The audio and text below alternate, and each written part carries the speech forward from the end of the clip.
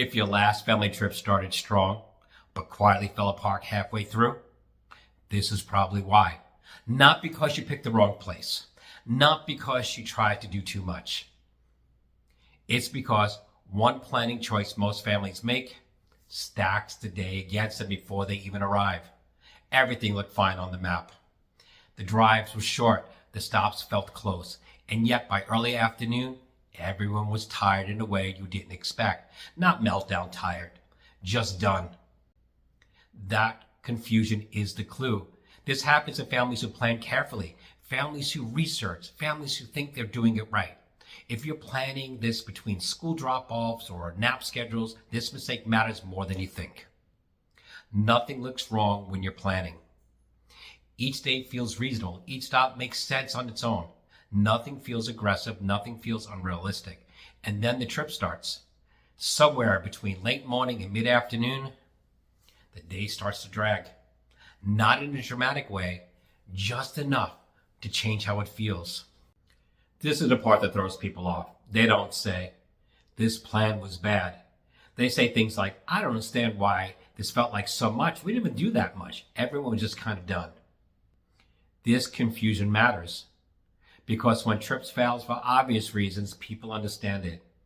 Bad weather makes sense. Long drives make sense. A bad hotel, that makes sense. But that doesn't feel obvious. It feels sneaky. And that's because the problem isn't one big mistake. It's a planning assumption almost everyone trusts. Here's the belief underneath it. Most families plan trips by choosing places. They highlight popular stops, things that feel wrong, they skip. It feels smart. It feels efficient. It feels like responsible planning. No one wants to go home thinking, we should have done more.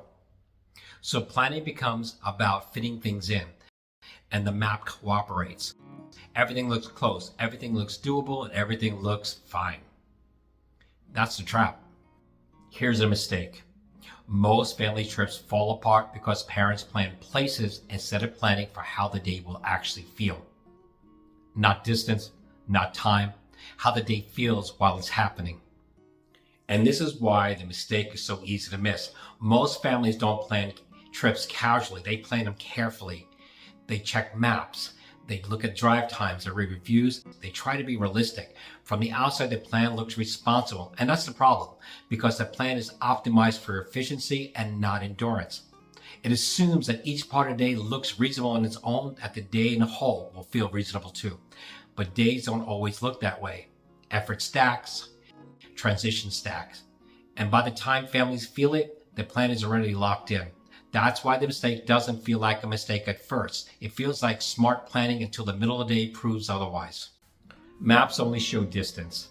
They don't show walking between stops, waiting, standing, navigating crowds, using the restroom, or constant stopping and starting. Kids don't experience a day as 3 stops. They experience it as get out, get back in, walk, wait, stand, repeat. When families sense a day is slipping, they usually try to fix the wrong thing. They shorten drives. They swap a big stop for a smaller one. They replace one attraction with another that feels easier. But the day still collapses because the problem wasn't the size of the stops. It was a number of the transitions. Each transition resets everyone's patience. Kids don't recover from effort the way adults expect them to, and adults don't notice how much effort they're managing until it's already added up. So families think they need better stops when they actually need is fewer resets. This happens almost everywhere. In Gatlinburg, people think it's the crowds.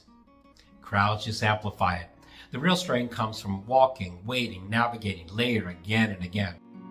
Around Asheville, the issue isn't distance at all. It's elevation, curves, and underestimating efforts between stops. But this isn't about those places. It happens at beaches where just walking the shore quietly turns into miles.